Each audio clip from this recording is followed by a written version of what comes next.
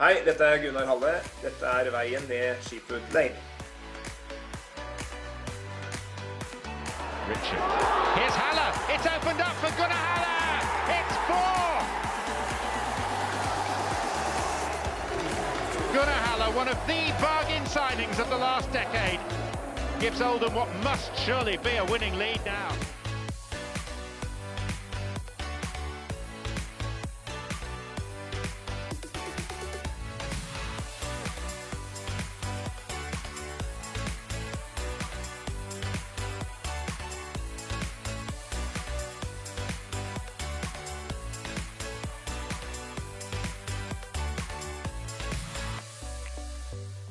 Thanks for coming down Sheepfoot Lane and zooming in down Sheepfoot Lane to have a chat with me. Because that's the modern way now, isn't it, during this pandemic? You are the most capped player we've ever had at Oldham Athletic. Do you know that? Yeah, I've seen and heard that before. So no, that's a nice thing. And yeah. Well, I didn't know that till this morning. How many caps have you got? No, I got 64 caps for Norway. 64 caps. I actually got that information off Tony Bugby. You remember Tony, won't you, from the Oldham Chronicle? Yeah, I remember him very well. And I speak to him now and then. And he, Who, Tony? Yeah, I do that. So yeah, I mean, it's a little while since I spoke to him now, but yeah, Tony's a nice guy, and normally he was writing good things about me. How long was you at Oldham? About 5 years? Yeah, nearly 6 years or 6 seasons. Yeah, so yeah, nearly 6 years. I'll tell a little story now, and then I can move into the rest of it. You attended an evening game on a Tuesday night at Oldham. The day before you signed. You signed on a Wednesday, and Terry Cale had me driving you up to the Avant to drop you off where you were staying overnight. Because Oldham used to put all the new signings. More of a travel lodge now, not a big old fancy hotel.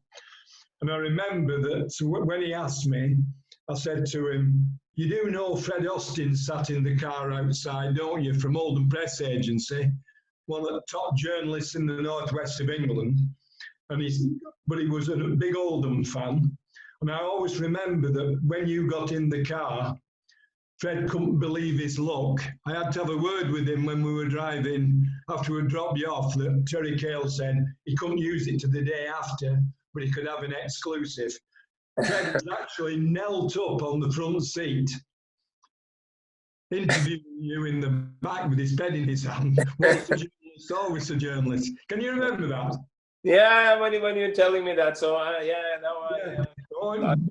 It's right. It's not one of my tall stories. Not one of Gordon's tall stories. Let's put it. No. Absolutely true. So you also played in the, you would be Dennis Irwin's direct replacement at right back, wouldn't you? No, I mean, Paul Waters was also playing at the right back position, but obviously Dennis Irwin, he left, and obviously Joe wanted a fullback in the squad, and he asked me to come over for a trial first.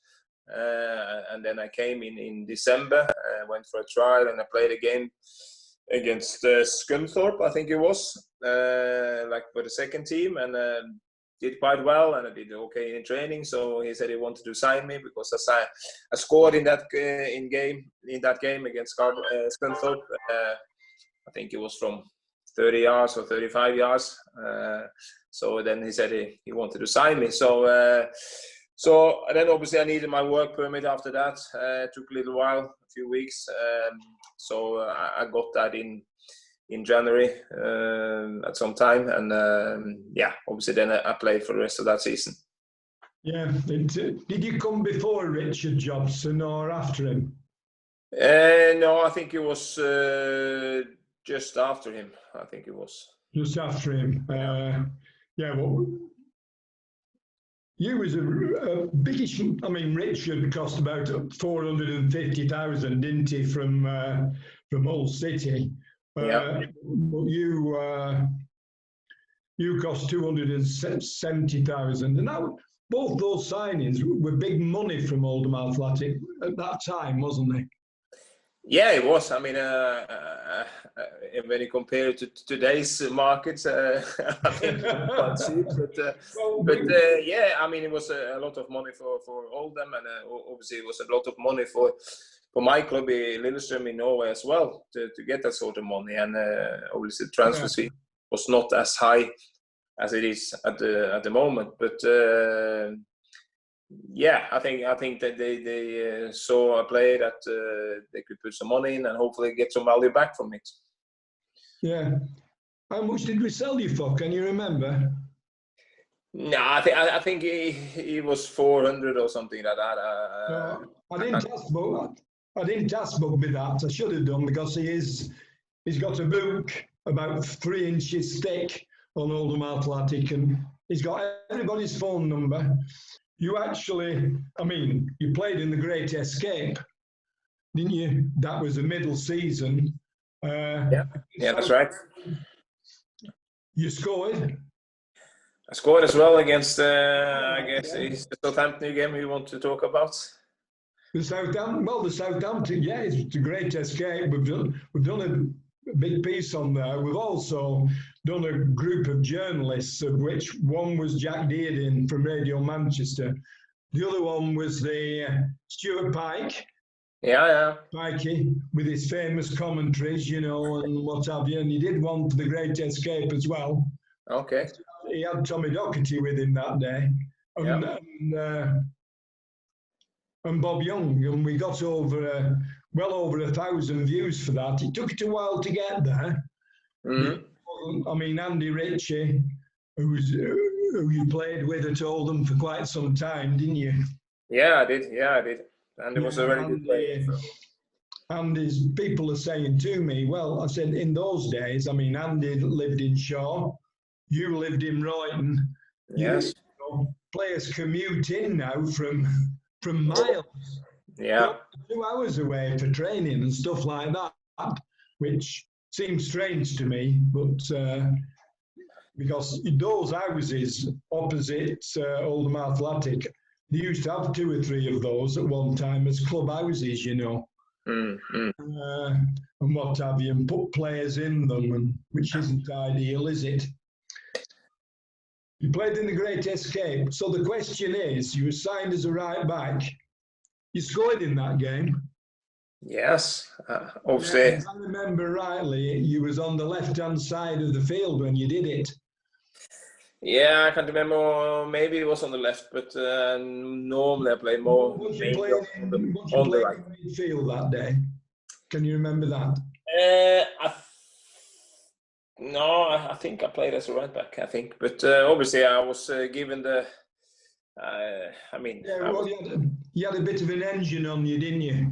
So you could get up and down quite well. That was maybe one of my strengths to get up and down the flanks, and obviously I got the chance. We got in there and got the goal, and it was nice to get that goal. Obviously we were leading comfortably then, but then obviously the Latics scored a couple of goals in the end, so it was a little bit hectic in the end.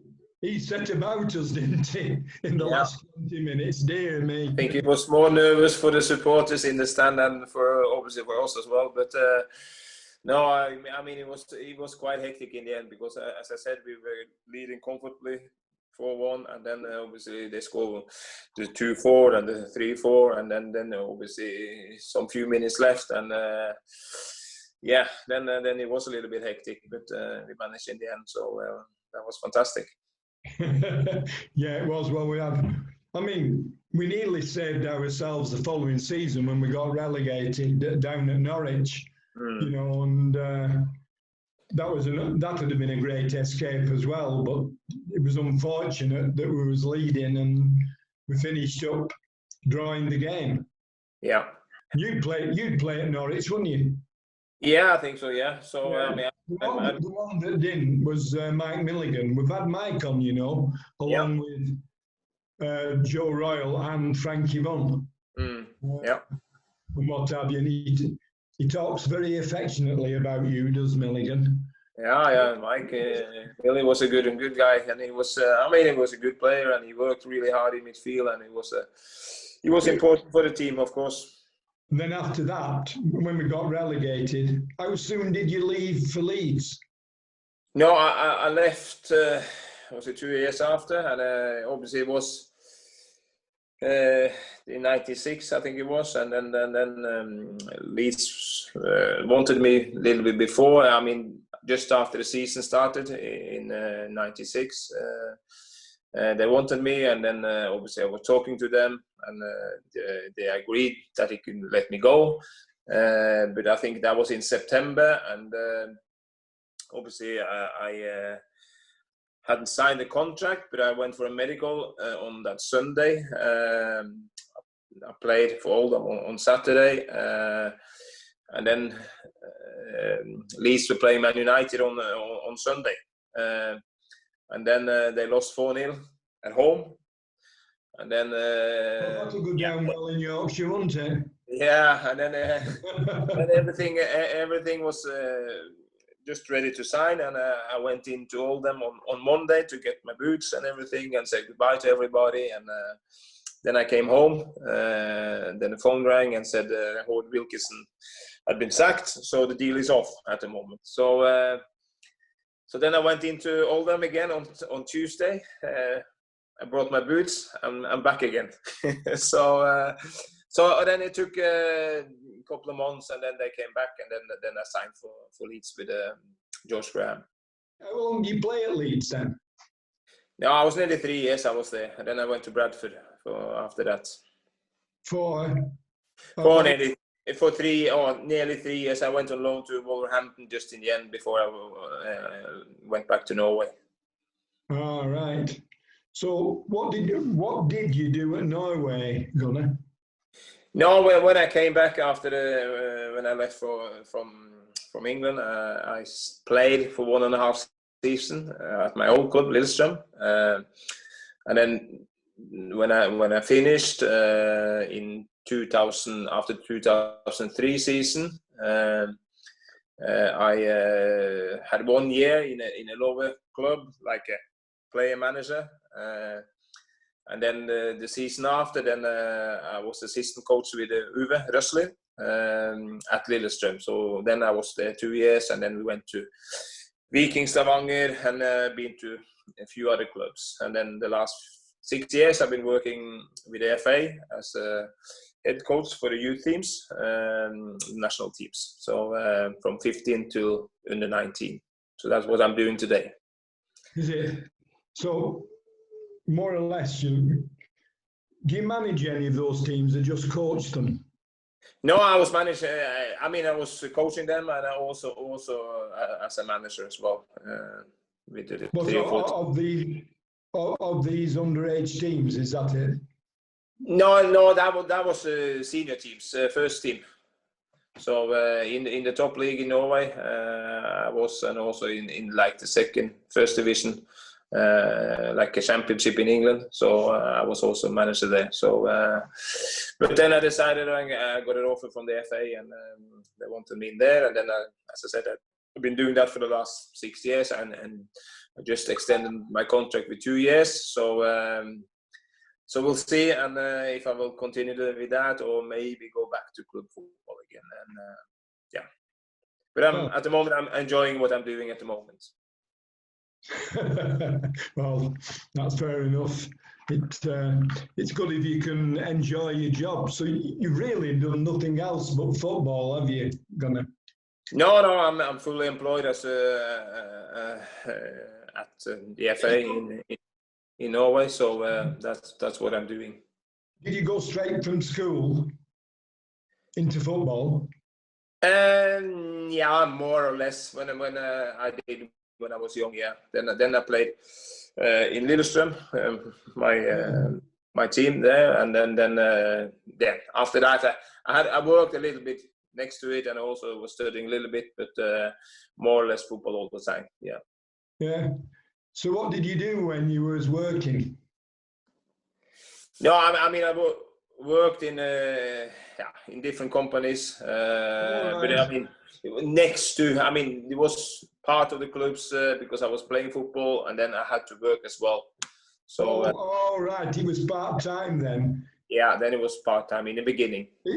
Yeah, so it's full-time over there, isn't it? I think you've answered one of my questions because you actually said the standards about championship level in the Norwegian. I think that the top league in Norway is obviously not as the Premier League, but is a good standard, and you can see a lot of players going abroad to other teams. So the standard is quite good, not Premier League standard, but it's a good standard. So I mean, you got the top teams now, or Spien Rosenborg, who's been in the Europe and playing. Molde is there now, where Solskjaer is from. So that's right. So it's some good young players coming through as well. Yeah, well, Solskjaer, did he leave a side that was in Europe to come to Manchester? Yeah, and they also just played Norway yesterday. They won through 2-1, I think, away in the Europe now. So that's the team who's got a bit of money, and they got some good players, and also they're selling players abroad. So you can see now a lot of youngsters getting picked up early. I mean, we got a few in England already. The team I have in my team for the 2001 and 2003 teams, I mean, we got one at City and Celtic, and all over really. So they're getting picked up quite early. That's why Norway is probably easy pickings for them now, for the English clubs. Yeah, I mean, I think they're looking more and more over to Norway, and Scandinavian clubs, obviously a little bit cheaper as well. But and I think that the standard they got from the players is quite good. And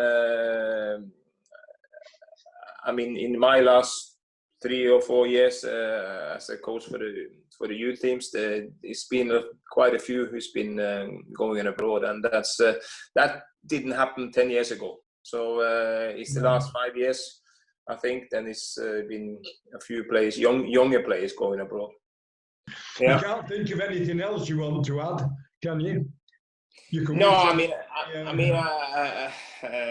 you rang me, and obviously it was really nice talking to you, and I appreciate all the time I got at Oldham Athletic, and I had a fantastic time there. I really felt welcome when I came. It was a family club. I mean, with Big Gordon, obviously he's passed away now, but and Alan Hardy was there, Terry Cale. I mean, it was so many who made me welcome, and I think the supporters also, because I was one of the first ones in Norway to go abroad. There was not so many had left Norway to England before, just a few, and I think for me it was a big move to move away to a different country, different culture, and but I never regret it, and I had a fantastic time. And I think the Oldham, the first years there was my big part of my career, and it set me up. Obviously I came to Leeds and Bradford and Wolverhampton, and also back to Norway again. So I feel very happy the way I took my decision to go to Oldham, and obviously Oldham, it was not the biggest club, and it was other clubs who was coming in for me later on as well. So maybe I could have left earlier, but I felt really happy there, and I had a good support in the managers there and the club, and especially the supporters. So that felt me really happy, and I welcome also my family.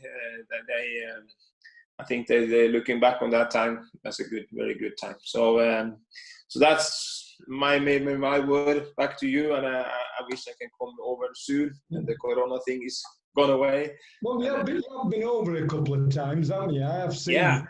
Yeah, I've been over a couple of times. So, but obviously not so much lately. But hopefully now we can come back and watch the team as well, and I still got friends back there, so I want to visit them. Right.